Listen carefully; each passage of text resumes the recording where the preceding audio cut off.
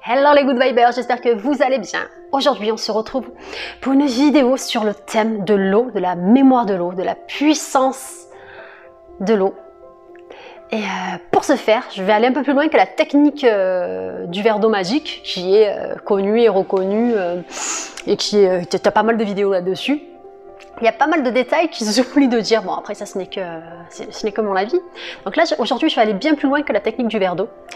Et donc pour ce faire, je vais juste faire un petit récapitulatif déjà pour les personnes qui ne connaissent pas trop le pouvoir ou la mémoire de l'eau. Donc c'est Monsieur Masaru Emoto. Donc c'est un japonais qui a travaillé pendant des années, qui a fait des études sur l'eau, sur le fait il prélevait en fait de l'eau, il congelait cette eau. Et ensuite, selon les mots utilisés, comme l'amour, donc dès qu'il envoyait des mots d'amour, dès qu'on envoyait des pensées d'amour, de gratitude, en fait, les cristaux, si tu veux, avaient des formes magnifiques.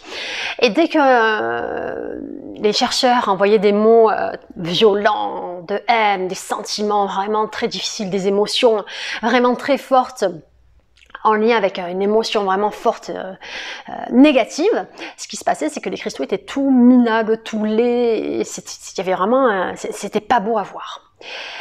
Et quand je te dis que je vais aller beaucoup plus loin que la technique du verre d'eau, la technique du verre d'eau, c'est vraiment prendre un verre d'eau, d'accord, tu le remplis un petit peu comme tu veux, tu le remplis là, d'accord. Et tu mets un papier, donc sur ce papier, tu peux marquer, ça peut être un souhait.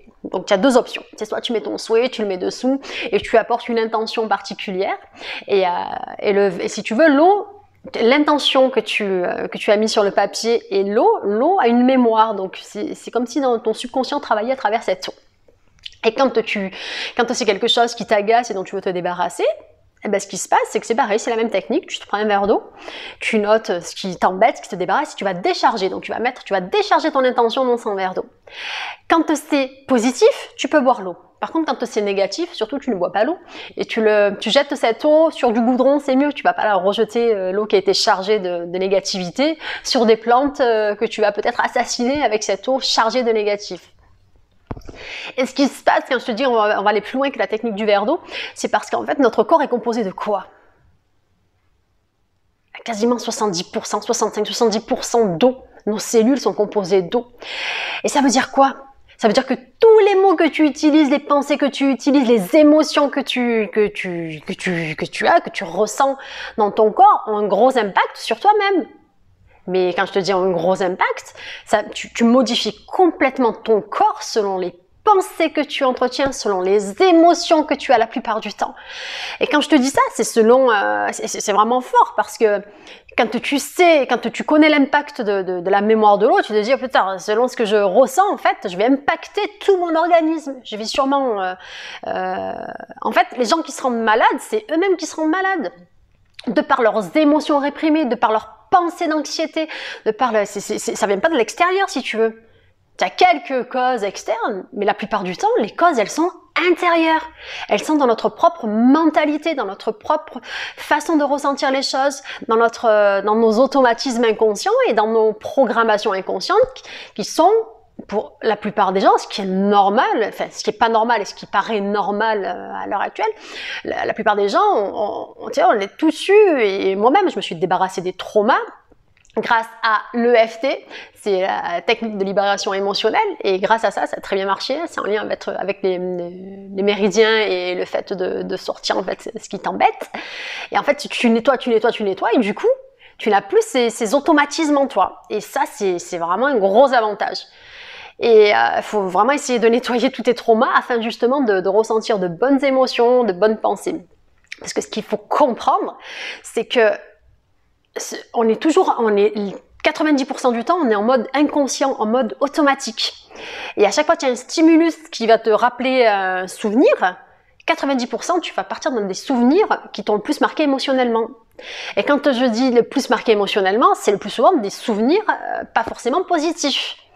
Et ce qui se passe, c'est qu'après, ton corps garde en mémoire ces souvenirs. Et du coup, tu charges émotionnellement tes cellules donc, qui sont pleines d'eau avec ces émotions qui sont pas super. Et à force, eh ben, tu te rends malade tout simplement. Ou au contraire, tu te débarrasses de tout ça. Et tes cellules vont se renouveler parfaitement. grâce à la gratitude, grâce au fait de nettoyer tes traumas ou tes petits trucs qui t'embêtent. En fait, le fait de nettoyer, ça va te faire du bien. Tu vas te purifier, tu vas purifier ton corps émotionnel, ton mental, ton esprit. Et à partir de là, en fait, tu vas rayonner de par ton plexus solaire, tu vas rayonner de partout finalement.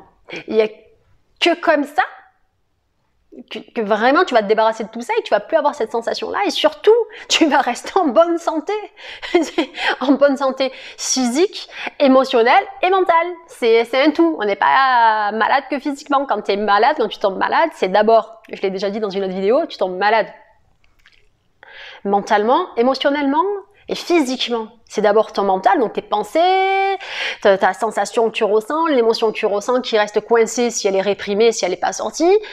Et si cette émotion elle est jamais accueillie, elle est bien réprimée et puis elle reste dans le corps. Et ton corps émotionnel va faire, au bout d'un moment, la tension, elle va tellement rester que ça va commencer à attaquer tes cellules, ce qui est normal. Hein. Et après tu tombes malade. On tombe pas malade du jour au lendemain comme ça, c'est par la répétition d'anxiété, de stress, de mauvaise alimentation, hein. C'est l'accumulation qui fait que tu tombes malade. Et c'est également l'accumulation de bonnes choses qui fait que tu restes en bonne santé. Voilà, j'avais vraiment envie de partager ça parce que j'en ai un peu marre d'entendre des techniques du verre d'eau, pas du verre d'eau.